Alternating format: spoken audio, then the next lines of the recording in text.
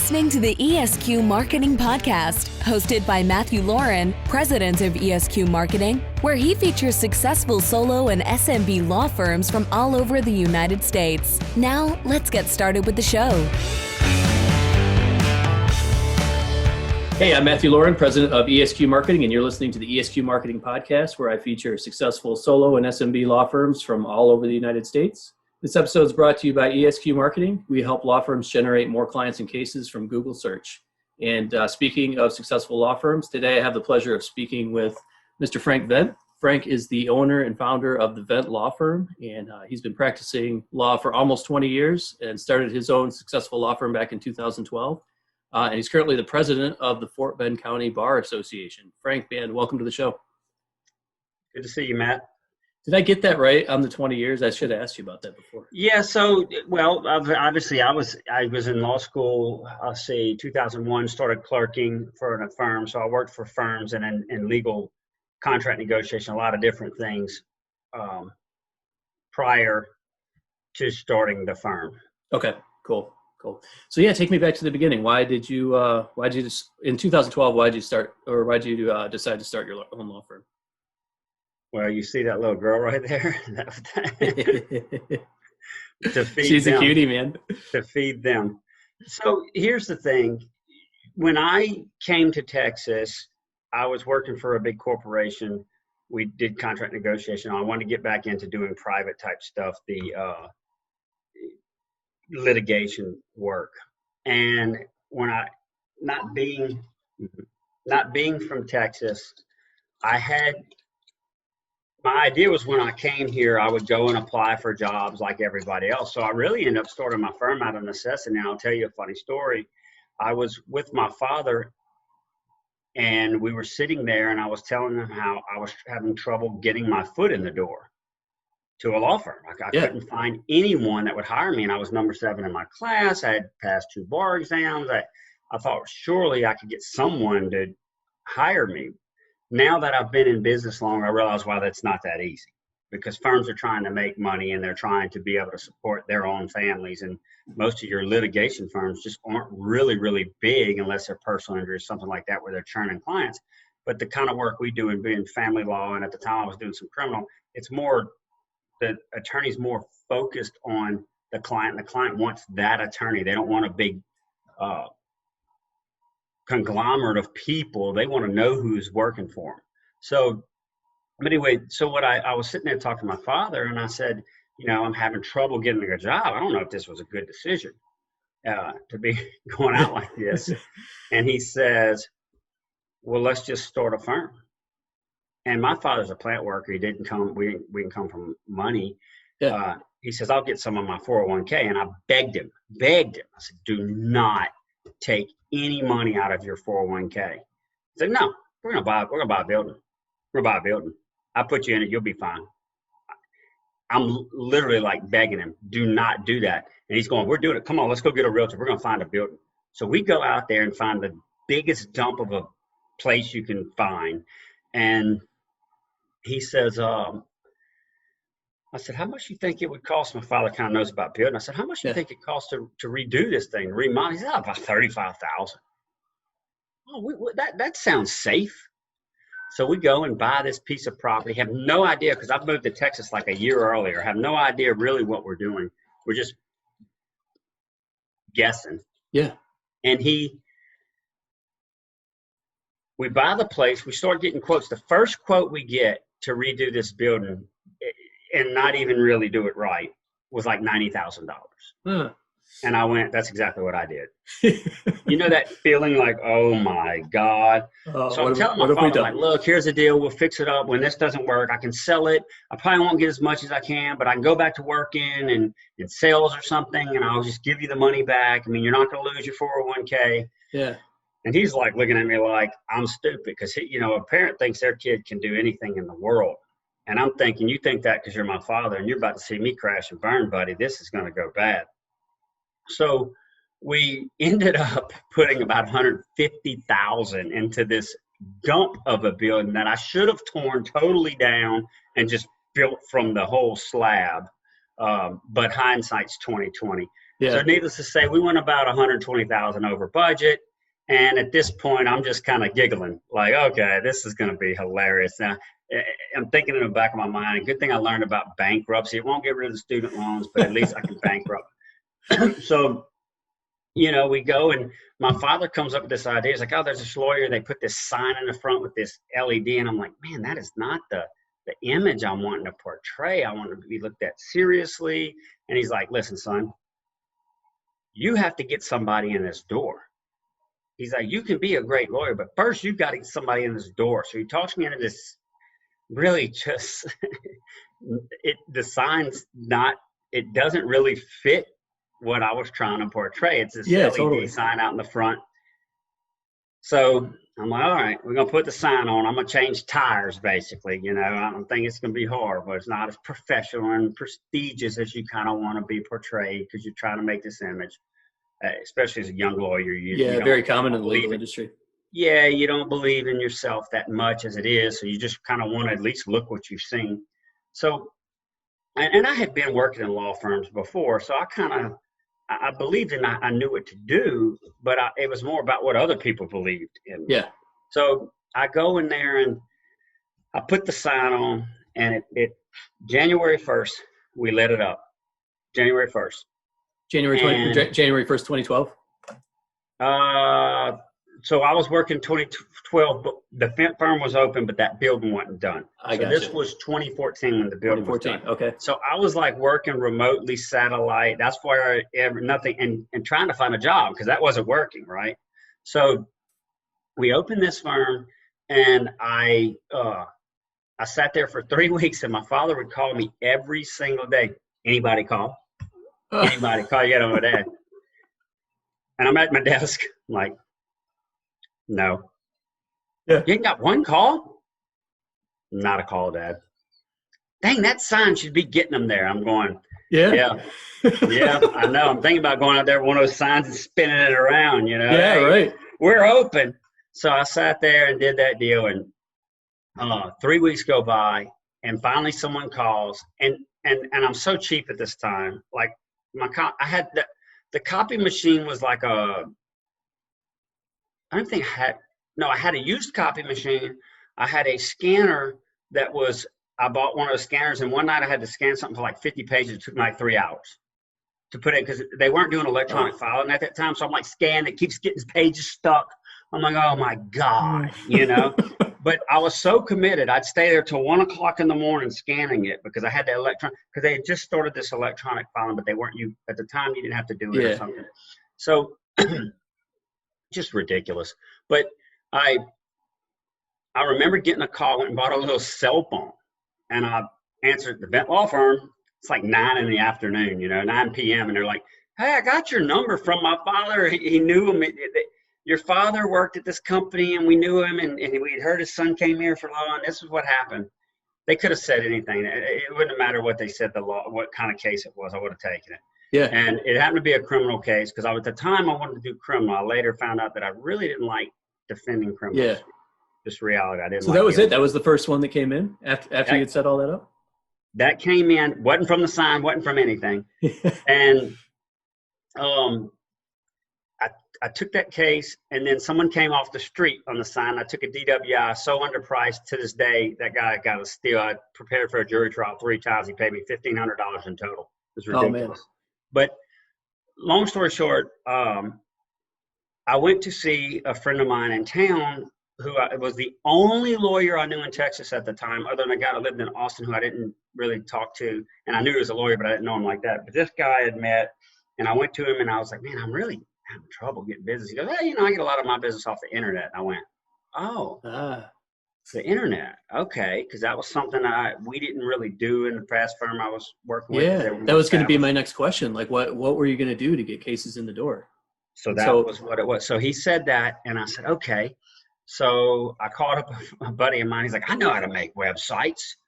So he gets on GoDaddy and makes me a $250 website. And it looked really pretty good. I was impressed with his work. Yeah. Only problem was no one ever saw it, ever, because we didn't know how to optimize it. So we had a website, but no one ever knew it was there unless it was on your business course. I'd be like, hey, look at my business course. Look at my website, right? Yeah. And so nothing was happening. So I was like, I gotta get people. So I'm like Googling, how do you get your stuff up? Because I mean, I haven't really focused on it. I had a marketing degree, but it was from 1990. The internet was kind of new around that time. Yeah, brand new. And then the Yellow Pages was the king of advertising for lawyers in 2001, 2003. When I came out, you wanted that double page yellow Yeah, page. the double truck, right? The double truck ad. Yeah, so that was a big deal. And you couldn't get them because the person who had them first got them all the time until they sold out. And they wanted like $20,000 a month for them. So I'm sitting there going, okay. I remember the Yellow Pages guys came to me. So the first year, so I worked 2 jobs, needless to say. And I worked 2 jobs, and this is what I did. I committed. My job was for bills, and every dollar I made from my firm would go back into advertising. If you were an advertiser and you stopped at the Vendt Law Firm, you got a sale. I didn't care what it was. If they stopped by with pens, if they, the high schools, will you sponsor in our magazine? Yeah. Whatever it was, I was that guy that they walked out and went, wow, I really sold him. They don't have a clue. I didn't know what I was doing. I had already committed. Every dollar was going to advertising so that I could figure out what worked. I put it, when I tell you I was on the radio, I was on weather apps. If they called me and said, are you interested? Sign me up. I didn't care. That was going to be one of my questions. Like, what was your biggest professional challenge? And it sounds like just getting things going was like. Getting it going. I remember sitting there, and I'm Christian, and I would pray and say, God, I know I can do the job. Will you please get me somebody to do it for? I mean, I would have done it free almost, Yeah. So I went around and I tried every single advert. I'm not lying to you. You name it. I did commercial. I didn't do TV, but I did commercials where they do like a little commercial and run at things. Yeah. Anything you can think of, I sponsored sheriff's calendars. My card was every single place. If you talked to me, you were thinking I was boasting I was a lawyer. I wasn't boasting I was a lawyer. I was trying to let someone know I was a lawyer so that maybe they would call me. Like I'd go to a freaking snowball stand. Hey, here's my card. I'm an attorney. They're like, what is this guy doing? So I'm sitting there and I'm just doing anything I can. And I had decided that the law firm. So I called up some people and I was like, look, I'm trying to start. I need someone to build me a website and then get it where I'm on Google, on the first page and all, Yeah. And they're like, yeah, what are you looking to spend? I'm like, I don't know, like $500 or something. And they kind of giggled. They were like, man, if you're going to do pay-per-click and all, you're looking at like, you could be talking $10,000 a month if you're these big firms to compete with them. Yeah. I went, $10,000 a month. I said, oh my God. I have a good friend of mine. We always talk about that. Kind of called him up and was like, man, I think I might as well get this building up for sale. This is not good. Yeah. So I found a company that would make a website for like, I forgot how much, I think it was $3,000. And then they would try to optimize me for, it wasn't much. They didn't even do optimization. They would just move me on pay-per-click. Yeah. They went ahead and they made the worst website you've ever seen. It looked like something out of a cartoon. It was horrible. Like, I don't know what they were thinking. It truly looked like something like we used to have Astroworld here, but you've heard of Six Flags or Disney. Yeah, it looked like a cartoon lawyer website. I was like, oh my God. Was that on the ventlawfirm.com, that domain? It was a long time ago. I'm going to have to look that up. It was so bad. So they were the first one with that domain. Then this other guy comes to me. I go to one of these because I'm doing everything I can. I go to one of these groups that you meet. What are they called? Like a referral group. A networking group. Yeah. Those were horrible. Totally not my personality. I'm not going to trade. I'm not going to give something of value. They're like, you got to pay this one. I'm like, no, I can't. I'm not. That's paying for clients. I can't do that. It's unethical. Yeah. So I went to that little meeting, heard what it was, never got in the group, but a guy was like, oh, I do websites. And I'm like, well, you got to be better than these cartoon characters I have. So he gets it. He's like, oh, all mine's overseas. I've got some people in India that do everything. I'm like, great. And the website was better, but it never worked on his phone. Like I put up my phone. I was like, look, when it's on the phone, it's not. He's like, yeah, but you got to flip your phone over. Most people flip their phone over. I'm like, what? I'm not lying. I'm like, are you kidding me? Because I kept trying to go as cheap as I could. Yeah. So finally, finally, I went with you guys, which used to be the other company before it was Esquire Rankings. Right, rankings.io. Yep. And I remember the price and all, and kind of going, I don't care. Whatever it is, this is it. It either works or I'm done. Because all the other advertising, I used to say you got to get this many dollars per dollar you spend.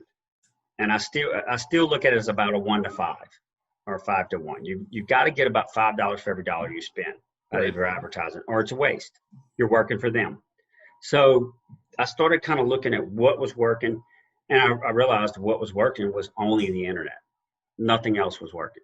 Like calendars, commercials, nothing was working but the internet. So I went all in. You guys were really good, but we were having trouble at that time getting me on the first page in Sugar Land. In those key markets. Yeah, the key markets that I've talked to you about. So I firmly believe, without a doubt, that Chris and you, without y'all, I'm going to tell you right now, we would not be the firm that we are. Now, we get more from referral today because we got the opportunity to go out there and do our job, and people start referring you cases. But we still rely on you guys to give us that 1 or 2 cases a month that's going to generate cases down the road. Because I appreciate that, man. That's awesome to hear. We kind of look at the marketing. I always tell my staff, the internet is to get us a person that we do a job for so they can go out and tell 3 people to come see us. That's a great way to look at it. That's how we look at it. Now, we still need to make money off of you guys. And when it's slow, you know me, I can tell you when we fall on the page. I can tell you when we fall on the page. We're not running PPC right now, as you know. But we don't have the staff to handle everything, which is a great thing to say, right? Yeah.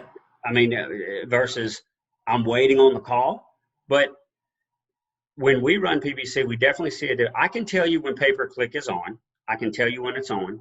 I can tell you when we're on the tops of the first pages and in what area, because I can see where the clients are coming from, and I can see how many calls we're getting.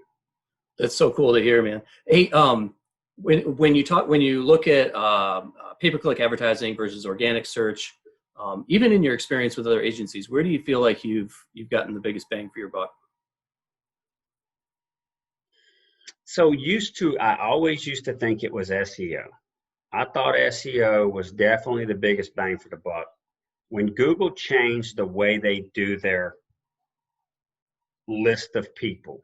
So there was a time when you saw like a couple here, a couple up there, and then you saw the SEO. Back then, this was probably 4 or 5 years ago. Yeah. I felt like SEO was really where it was. Today, I really think you generate just as much, if not more, from pay-per-click. Now, yeah, I feel like that's probably a pretty true statement, that there was a lot of activity going on. And for a while there, I had a stigma that, and I think I was right when it was transitioning. Used to, people looked at SEO was the real people, and everybody else was an advertiser. It was like whoever was the first on the list from search engine optimization, like number 1 on the page, not from advertising. That was the real company. That's how it was like. That was the established. So you wanted to be there, but and it's almost like it's not like that. Even I used to go to Google. If I saw an advertiser, I'd skip them and go to the real stuff. Yeah, I know some people that are still like that for sure. Mm-hmm. And so you've got to have them both if you want to, but that stigma is going away, and you'll go to the top of the page on advertising and go to the first one on the list. It's the same as the advertiser now, right? So a lot of times, almost like I think the maps are good. Maps are good. Mm-hmm. People call off the maps, but you get and this is for lawyers only that I can talk about. I find the people that call off the map are doing the quick, hey, do you handle this? How much are you? Okay. Yeah. The people that go into the website are reading about you. They're reading and they're looking at things that matter to them. you've seen my website. I have a quote about me being married prior, and I've made a comment to someone before. Well, yeah, I've been in divorce. I go, yeah, I know. I read it on your thing. I like that you said that. So they do look at your content. Yeah. Yeah, you're right. I mean, when you can get those higher quality leads, it's so much more beneficial than just the people that are kind of price shopping. And in your career, Frank, I wanted to ask you, and maybe you already touched on this a little bit. Who's been like a really influential person or kind of like a mentor that's helped you kind of get where you are today? Well, I mean, obviously my father, because but he's not in the profession. I'll tell you, there's two people, three. The lawyer I worked with first, who's now deceased, really showed me how to be a lawyer. I was young. I was 20 something. He showed me how to go. He was big on how you dressed. He said, these people pay you a lot of money. Do not show up not looking the part. Yeah, there's an element. They don't pay you just for what you say. So they're paying you for every single thing, down to when you show up. When I mediate on Zoom, I wear a suit and tie every single time. He said they're paying you for every bit of it, not just what you say, not just the result, the entire piece of it, which is why I get frustrated with my staff when we make any little, even on an email, they'll say something and they'll use the wrong word or something like that. It's grammatical.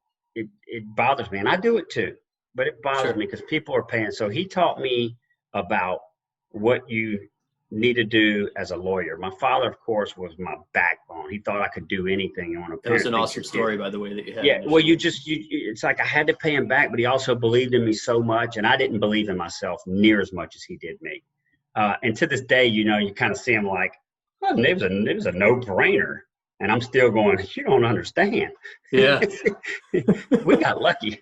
That's so cool that you had someone to back you like that and that believed in you so and much. Then there's an attorney in town, Scott Broussard, who, when I went into family law, I went into family because I was kind of not liking divorce. And Scott was a family lawyer, literally the only person I knew in town or in Texas that was a lawyer. And the reason I knew him is he had handled my divorce when I got here. And I would text him or call him very light, like, hey, do you mind answering? I would look in the book before I'd call him for hours because I didn't want to bother him. And I'd say, great, thanks for answering. I've been looking for 4 hours for that. And he's like, you researched for 4 hours? You could have texted me that. So him opened his door, which is why if a young lawyer calls me or texts me, they're getting an answer. And I tell every one of them, but see, lawyers just have this thing where we don't want to ask because it makes it, or we're not good enough or something. And look, they can ask me anything. I will tell them anything because I have been where I had no one to go to, and something that took 4 hours was like literally all you do is put a line on the end of the page with the person's name and let them sign. That was actually one of my final questions was about if you had a piece of advice for a new attorney, what would it be? A young attorney calls you up and he's like, I'm new to the area. I'm starting my own firm. What would be your first thing you tell them? Yeah, everybody talks about networking. My wife says it best is, networking and all that's good, but let's be honest, they're trying to get business for themselves. They're not really going to do it for you. The first thing I'm going to tell them is be ready to put in the time. When I told you I didn't have the copy machine and all, it was just me. I answered the phone. I did the typing. I did the filing. I did everything. I would sit in my office till 12:30 or 1 in the morning, putting papers in a file. My back was killing me because I was sitting on the floor. And I'd gone through a divorce. I actually lived in the back of that office for a little bit of time. It was tough. You've got to be able to say, listen, I'm not going to worry about, you're watching your friends make money and you're sitting there. That you got to pay the dues. And then the other thing is you got to be willing to put in the work. But outside of that, you need to figure out a marketing campaign because there's a bunch of you out there. There's a bunch of kids coming out of law school that know how to do law. There's a bunch of kids that look like you. What's going to do it is luckily I had a marketing degree and I always knew it was important to a business, but you got to look at your marketing. You need to be low on overhead as possible, as low as you can on overhead as possible. But if there's somewhere you're going to spend it, it better be in marketing. Because if you don't have business, I don't care how good a lawyer you are, You can go out and recite law all day long. You're not going to make $1 on it unless you have someone paying you to do it. That's great advice, Frank. Great advice. I mean, it's just a reality. It's a real. I mean, like I told you, I kept saying, I know I can do this job, but I don't have any business. If you don't, you have to first get the clients, then you can do the rest. That's the number one thing. So you might start getting referrals down the road when you get known, but how are you going to do it unless you get business? So the way I looked at it was overhead's got to be low, but if there's something you're going to spend it on, it's going to be marketing. Remember, I told you, put all the money back into it. I was working 2 jobs. I put all the money back into it, into marketing. And still to this day, when I look at our stuff, I tell my paralegals and all, and I say, look, this much we've got to always have available in case we're slowing down to dump. And you know how I kind of work the PPC. Yeah. That's the only thing. And then if they don't know anybody and they don't know the law, I mean, they need to try to find somebody kind enough that you can call, and don't be scared to call them, because believe it or not, a lot of us really enjoy telling you the answer. Yeah. We like talking about it. I get a lot of young lawyer call me up. Sometimes I don't even know the answer, but man, I didn't even think about that. Let me look into this and find it out, and I'll tell you, because there's some things that come up that we just don't know right off the bat. Yeah, and you enjoy answering it. That's super cool, man. Yeah, straight from the guy who's done it. Guys, you've been listening to Frank Vendt, owner of the Vendt Law Firm in Richmond, Texas. Frank, where can people go to learn more about your law firm? www.thevent. Vent is like an air vent, but with a D before the T. TheVentLawFirm.com. I think we're also www.divorcelawyerintx for Texas. DivorceLawyerInTexas.com. Yes, sir. Frank, thanks for being on the show, man. All right, Matthew. Good seeing you. Thanks for listening to the ESQ Marketing Podcast. We'll see you again next time, and be sure to click subscribe to get future episodes.